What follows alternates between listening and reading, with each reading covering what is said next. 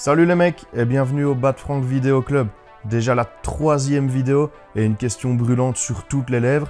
Va-t-on avoir droit à des boobs? Mais non connard, à un film de merde. Cette vidéo ne sera pas trop longue. Elle en a de toute façon pas besoin. Sachez d'ores et déjà que la suivante fera partie d'une catégorie différente. En parallèle au VHS canonique, je lancerai des dossiers de l'enfer. Le premier dossier va remplir votre écran de foutre de trentenaire ou de quarantenaire, puisqu'il traitera de...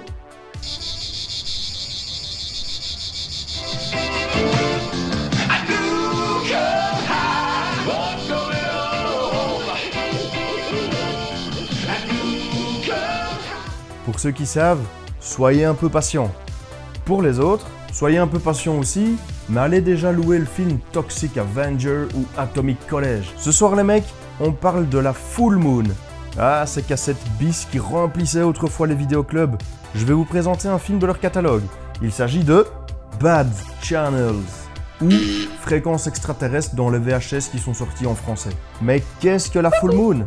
Allez, je vous la fais en ultra rapide. Charles Band, véritable héritier de Roger Corman, nous a fait découvrir quelques pépites produites par sa firme, Empire, qui a été rachetée dans les 80s. On le revoit un peu plus tard, en 1990, avec une nouvelle firme, la Full Moon Entertainment. C'est précisément avec cette compagnie qu'il a blindé les vidéoclubs de tous ses films. Cette société mourra de sa belle mort début des années 2000.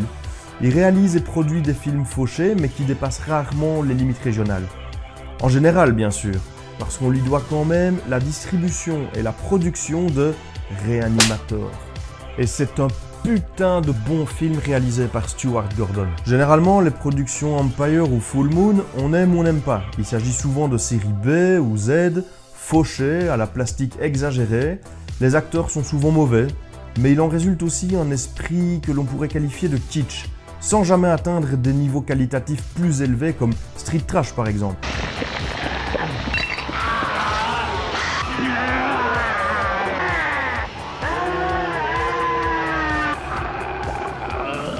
Cela étant, il existe quand même de super films dans leur collection. Malheureusement, ce soir j'ai pioché un film qui n'est pas une exception.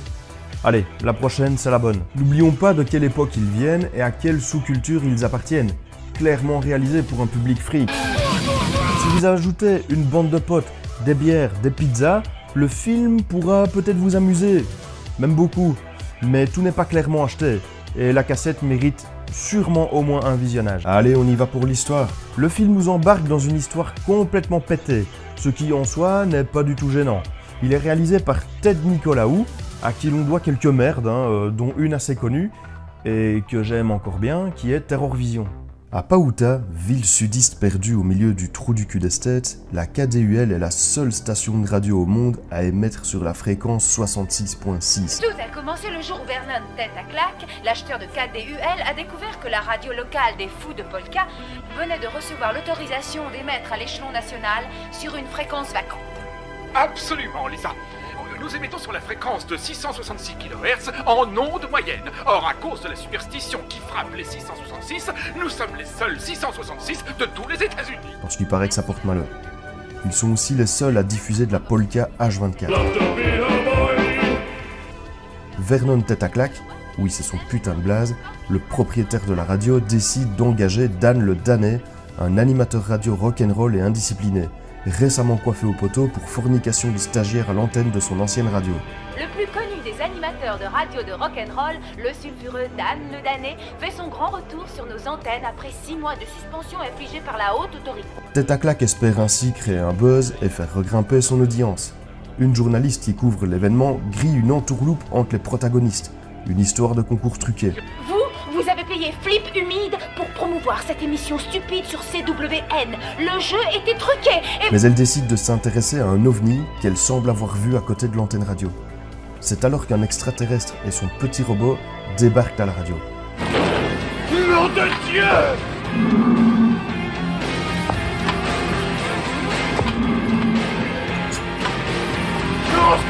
Dan le Danais et son ingénieur, Corky, sont pris en otage par le duo.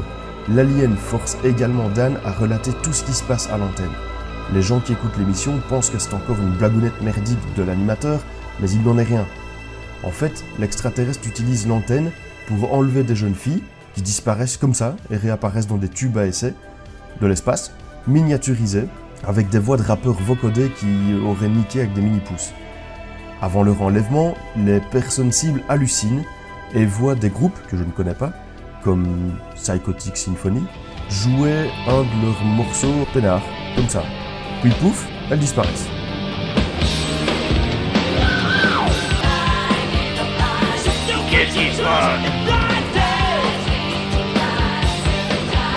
Je savais pas que ça pouvait leur faire ça, leur drogue. Elle a un truc, on lui. Où elle est? Où est-ce qu'elle est passée? Comment elle a fait ça?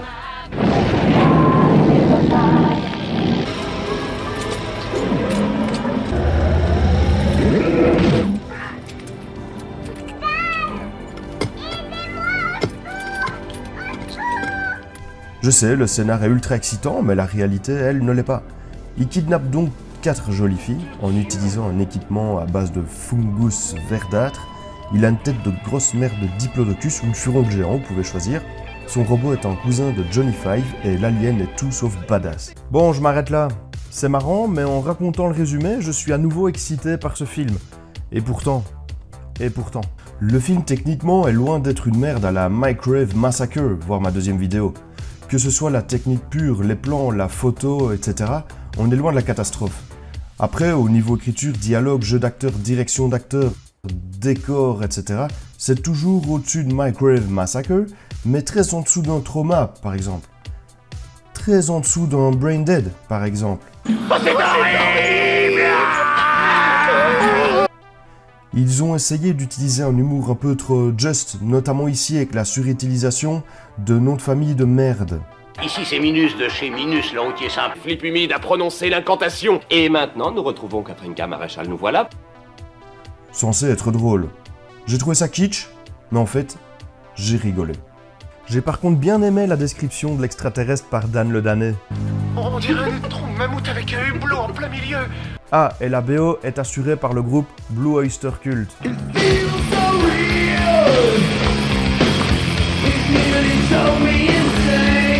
Je dois vous prévenir aussi que pour les abductions des meufs qui resteront vêtues tout du long. Non, je ne déconne pas, mais je vous promets que je le ferai plus. Les groupes de heavy metal et hard rock jouent leurs chansons dans leur intégralité, ce qui d'une part fait une promo monstre au groupe, et d'autre part permet au film de prendre tranquillement 4 fois 3 minutes minimum de longueur supplémentaire.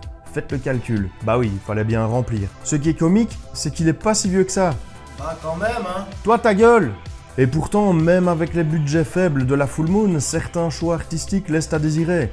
Ne fût-ce que le comportement de l'extraterrestre, qui pète la gueule à son robot, comme ça, qui est ultra mal fait aussi, l'extraterrestre, et qui a la force d'une huître asthmatique. Pourtant, j'adore les séries B, et même les Z. J'adore beaucoup de films de merde, en général, mais celui-ci m'a déçu, je dois bien l'admettre. Cela étant, ce qui est bizarre, c'est qu'une prod actuelle AAA, je l'oublie quasi instantanément. Mais un B-movie, aussi naze soit-il, restera dans ma mémoire. Allez savoir. C'est pourquoi, les amis, j'ai décidé d'ouvrir mon vidéoclub de cassettes. Et croyez bien que... C'est quoi ça? Eh oh! Qui a éteint la lumière? Oh! Y'a quelqu'un? Oh putain! Eh mais lâche-moi, tête de merde! Chérie! Va me chercher le spray anti-insecte, s'il te plaît, vite! Mais putain! Mais vis ailleurs, tu te crois où? Allez, fous le camp! Fous-moi le camp! Je viens de voir le film et je sais qu'avec 2 ou 3 mandales, je vais t'étaler, alors fais pas... Ah!